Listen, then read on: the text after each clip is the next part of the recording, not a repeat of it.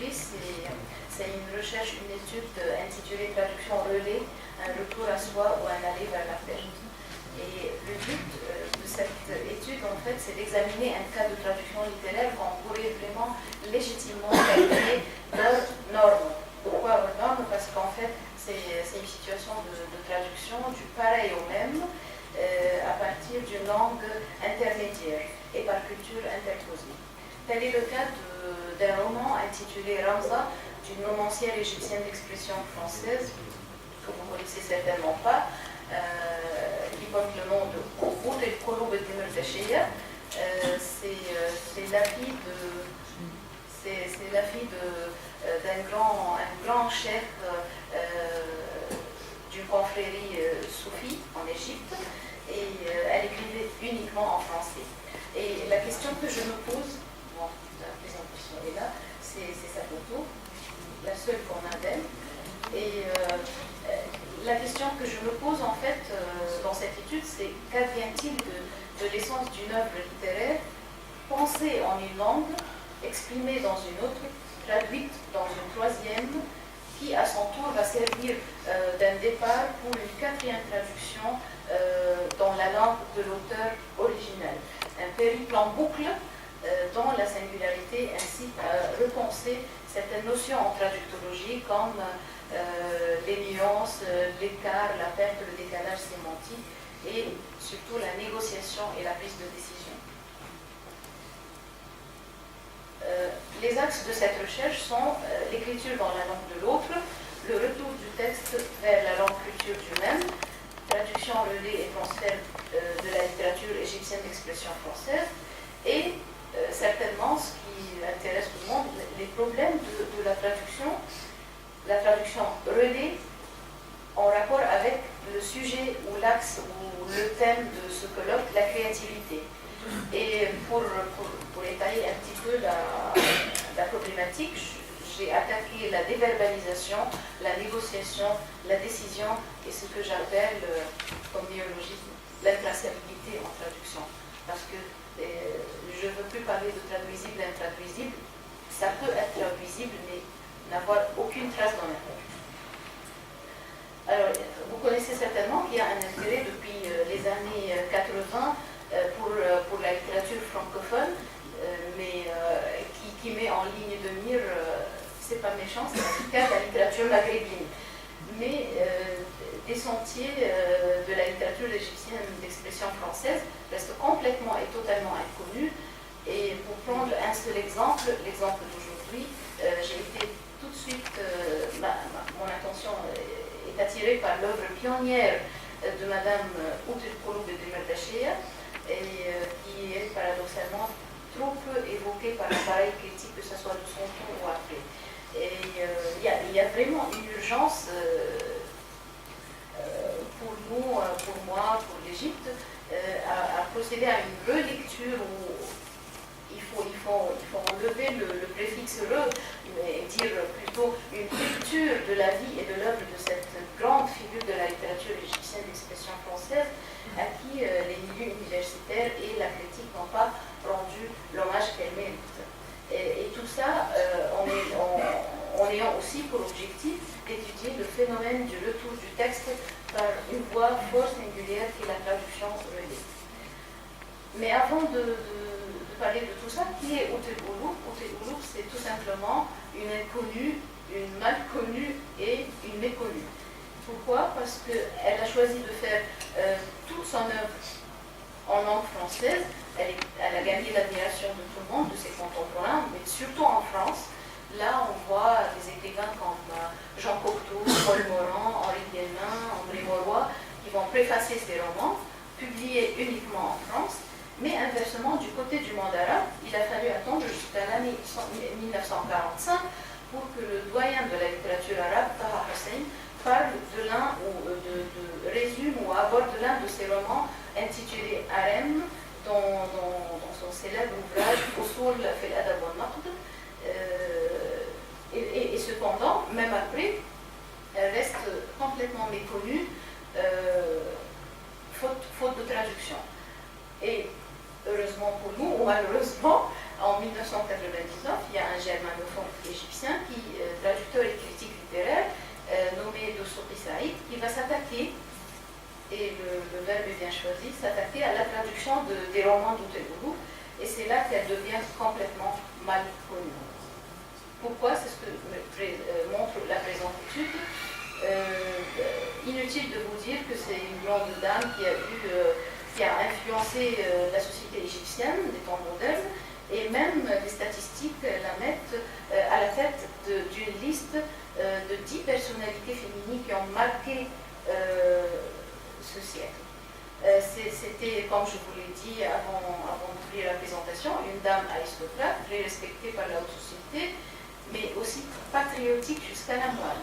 Et elle fait flèche de tout bois pour tenter un progrès sensible en Égypte. Elle va faire des dons pour les étudiants de la faculté de médecine, alors bien immobilier, mobilier, tout. Elle va donner tout ce qu'elle peut. Sa pensée, le génie et tout. Elle a un salon littéraire où viennent se rencontrer des philosophes, des écrivains, des scientifiques, des deux sexes et surtout des Français aussi. Mais le vrai mérite d'Outeloulou, c'est vraiment ses créations littéraires.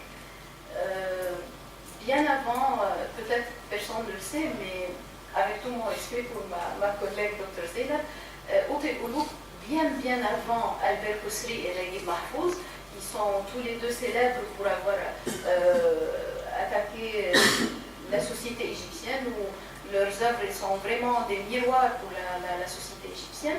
C'est elle, bien avant eux, elle s'est préoccupée de la vie de ce peuple et des coutumes locaux et tout ça. Et en plus, elle était féministe avant l'heure, et ses écrits transcrivent les bondissements des années 40-50 en Égypte concernant la condition de la femme et la rébellion de la femme égyptienne pour obtenir son émancipation. Et un grand théoricien ou un critique littéraire en Égypte, Gabriel Bounour, il a parlé de son œuvre, de l'œuvre de Outeloulou, en disant que tout Français, tout voyageur pour l'Égypte, il faut qu'il prenne les beaux livres de Madame Outeloulou comme bréviaire d'initiation à la vie kérote.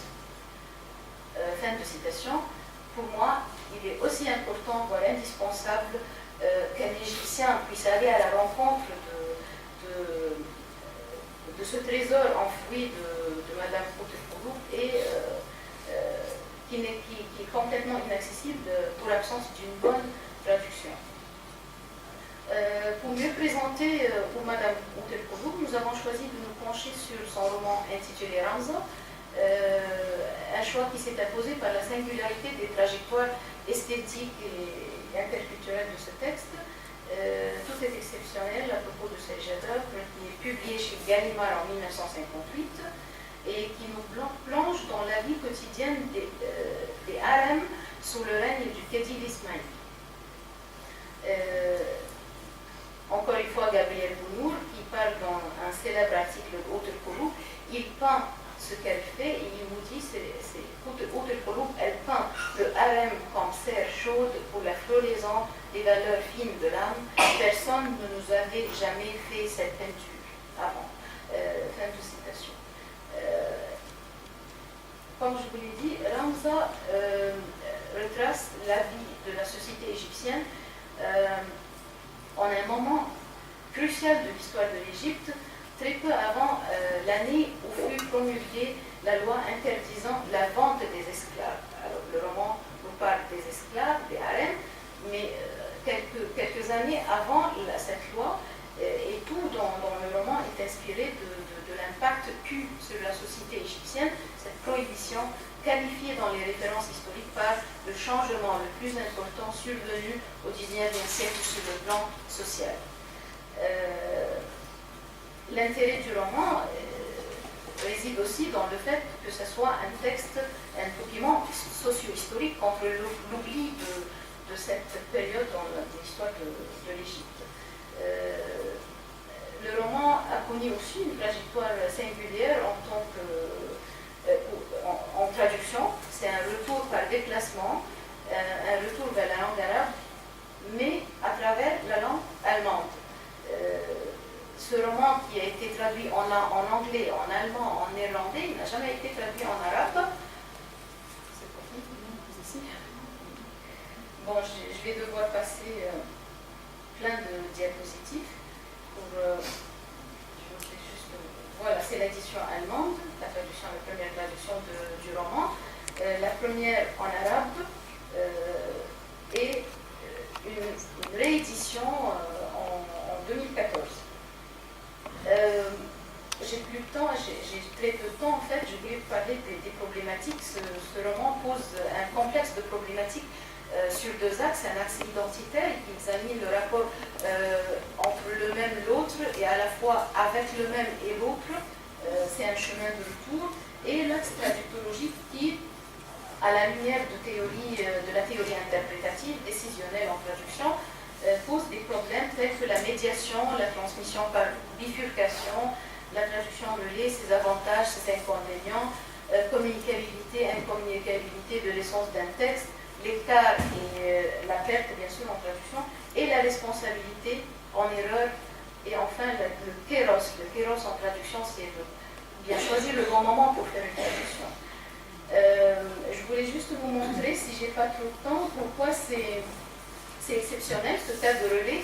Même c'est un cas de relais, et même en relais c'est un cas atypique. Pourquoi? Parce que normalement un schéma de relais habituel, ça va être langue culture 1, l'écriture originale en français par exemple, ça va donner langue culture 2, la première traduction en allemand, et la langue culture 3 qui est la traduction 2 en arabe. Mais étant donné que cette première langue du schéma est bel et bien une langue d'adoption, la langue française pour Madame Outeloulou, le schéma aura une autre disposition. Culture 1, original pensée en français, parce qu'on dit toujours qu'un écrivain bilingue, il pense toujours plus ou moins dans sa langue d'origine.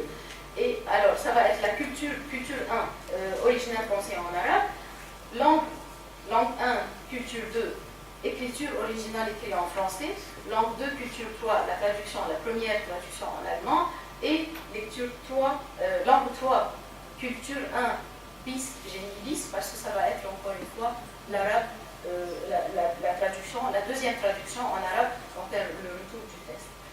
Ce périple en boucle a certainement des conséquences et influence beaucoup le processus traductif et l'esthétique de l'œuvre traduite. Le français, normalement, on peut avoir plusieurs textes d'arrivée pour un seul texte de départ. Mais là, on a plusieurs textes de départ pour deux textes d'arrivée. Alors même la situation traductive est différente et unique. C'est dommage que je n'ai pas le temps de parler plus.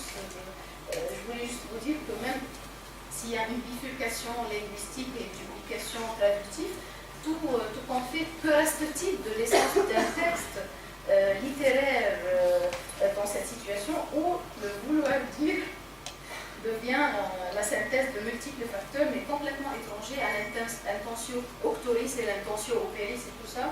Je voulais vous parler de ce que j'ai appelé le sas de la déverbalisation. C'est un néologisme de ma part aussi, mais je vois les choses comme ça. Je dois terminer, il n'y a même pas de conclusion. Bon, je suis désolée, vous aurez le temps de consulter le reste de l'article dans les actes du colloque, et je vous remercie pour votre attention. Merci beaucoup, Dr. Sahan.